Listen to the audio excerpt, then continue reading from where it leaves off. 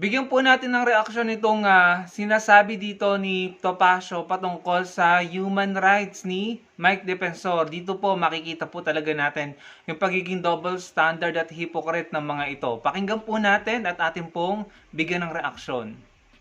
Bilang isang abogado, miyembro ng media at mamamayang Pilipino, mariin ko pong kinokondena ang pagyurak sa mga karapatang pagtao ni dating Congressman at Secretary Mike Defensor. Saksi po ko sa video kung saan kitang-kita po natin na pinipigil po ang ating mga miyembro ng media na makapanayam si Ginoong Defensor. Ito po ay hindi naaayon sa saligang batas. Ang isang taong bilanggo dahil sa isang warrant of arrest na hindi pa nakapagpiyansa ay dala pa rin po niya ang lahat ng kanyang mga karapatang pagtao. Kasama po rito ang nasasaad sa ating Bill of Rights sa saligang batas, ang Universal Declaration of Human Rights at ang International Covenant on Civil and Political Rights na international law.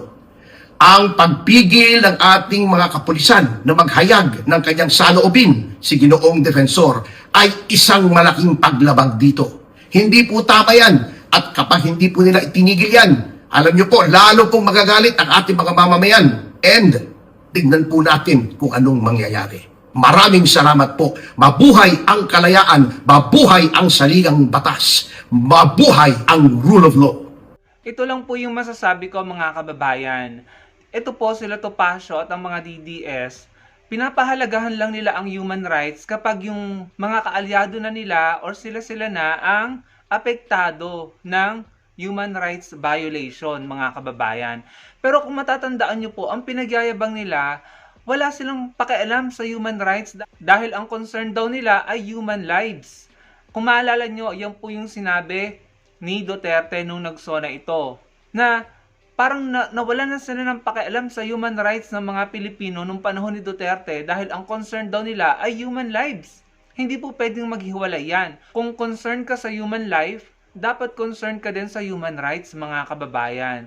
So ito ngayon, si Topacio at yung mga DDS ay nagmamaktol, umiiyak dahil tila na violate ang karapatang pantao ni Mike Defensor. Kinuwento naman niya, no? Pero ang sa akin lang, mga kababayan, ngayon nag-iiyakan kayo na kayo ay apektado ng human rights violation. Pero nung panahon ni Duterte, nagpapalakpakan kayo nung libo-libong biktima ng EGK ang hindi nabigyan ng human rights at due process. Binabanggit ni Topacio yung due process, yung human rights, dapat daw lahat may human rights, nasa constitution daw ito, hindi dapat nilalabag, dapat sa Mike Defensor ay may human rights at due process.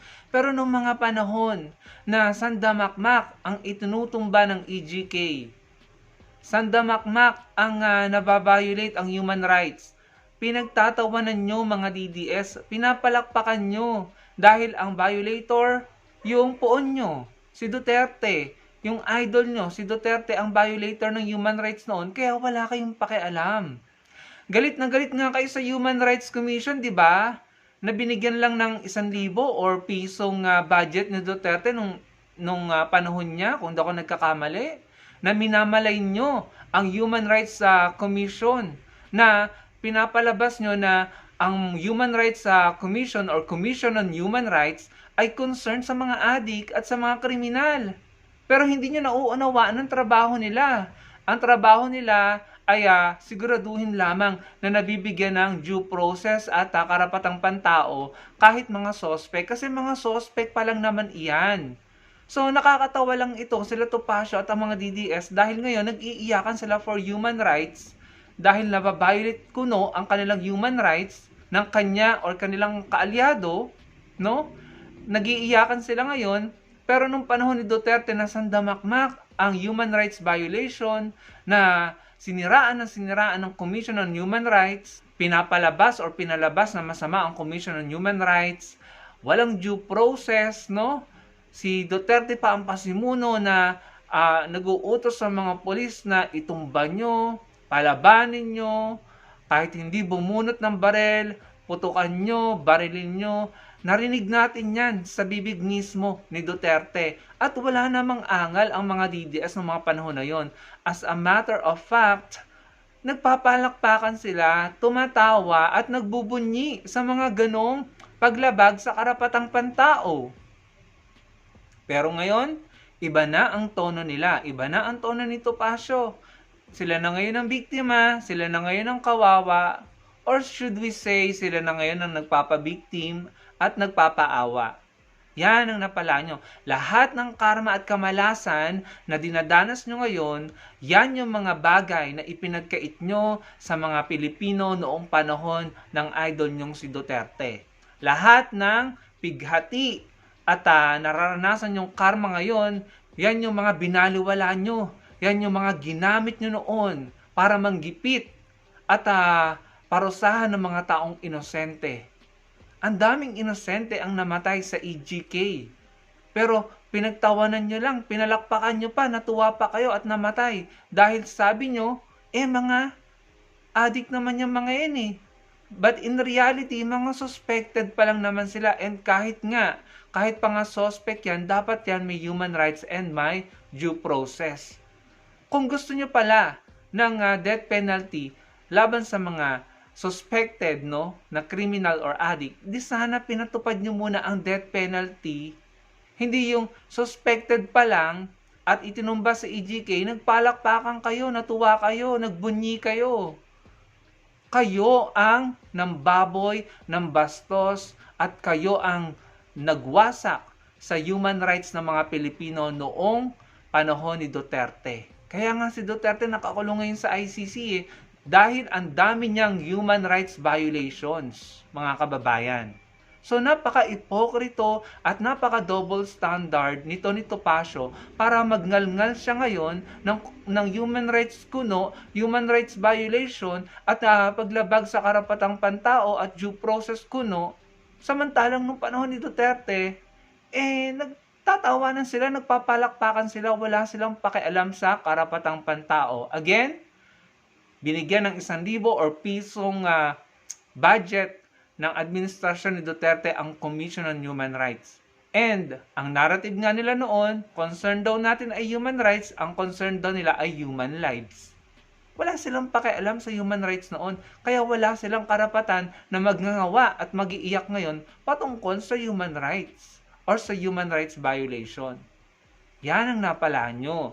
Nakaharma kayo mga ipokrito, double standard, at mga bias kasi kayo.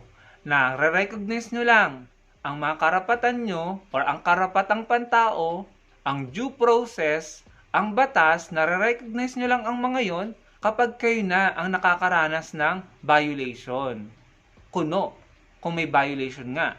Kapag kayo na ang nasusukol, kapag kayo na ang pinapanagot ng batas, kung ano-ano ng pagpapabiktim ang puda nyo. Yan ang napala nyo. At sa tingin ko, hindi na uubre ang pagpapabiktim at pagpapaawa na yan dahil matalino ang mga Pilipino. Nakita namin kung paano nyo babuyin, isa walang bahala ang human rights noon at ang due process. So ngayon, malamang sa malamang pinagtatawanan kayo ng mga Pilipino. Sabi pa niya, baka daw mas magalit ang mga tao or ang taong bayan. Nakulong nga si Duterte Tapos si Sara pinai-impeach. Hindi naman nagalit ang taong bayan. Kayo lang. Baka magalit ang mga DDS. Yon ang tamang term. Baka magalit kayong mga DDS. Huwag niyong idamay ang taong bayan. Wala kayong, para sa akin lang wala kayong karapatang gamitin ang term na taong bayan at mga Pilipino. Dahil hindi naman kayo ang majority. Hindi nga umi-effect yung rally nyo Ilang beses na kayo nag-rally. Ang laki na siguro ng nagastos nyo sa mga rallying yan. Wala namang epekto. Wala namang kayong napala. Ayan, si Sara, mai-impeach at baka maaresto. Andyan na naman yung narrative nila na magagalit ang taong bayan, mag-aaklas ang taong bayan, lalabas sila sa kalye. Diba sila yung mga galit sa mga nagrarally at mga aktivista noon? Pero sila na ngayon yung gumagawa, diba?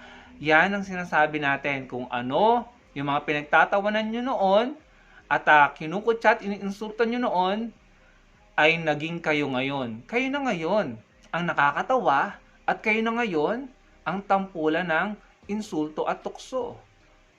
Yan ang tinatawag na karma. Malagim, at nakakakilabot na karma. Hindi nyo inakala na mangyayari yan sa inyo. Hindi nyo inakala na dadating sa punto na kayo ang makakaranas ng mga pinaranas nyo sa mga taong inosente at mga taong nakikipaglaban sa tama at katotohanan. Ang kaibahan lang, para sa akin, mali ang mga pinaglalaban nyo. Mali ang prinsipyo nyo, mali ang paninindigan nyo, kaya sunod-sunod ang kamalasan at karma nyo. Yun ang kaibahan. So, go ahead, kumuda kayo ng kumuda, sabihin yung gusto nyo sabihin, karapatan nyo naman yan, pero you have to face the reality na pathetic kayo at nakakatawa kayo. Kasi, double standard and hypocrite. Hindi po ba, mga kababayan? Yun lamang po, salamat po sa panonood.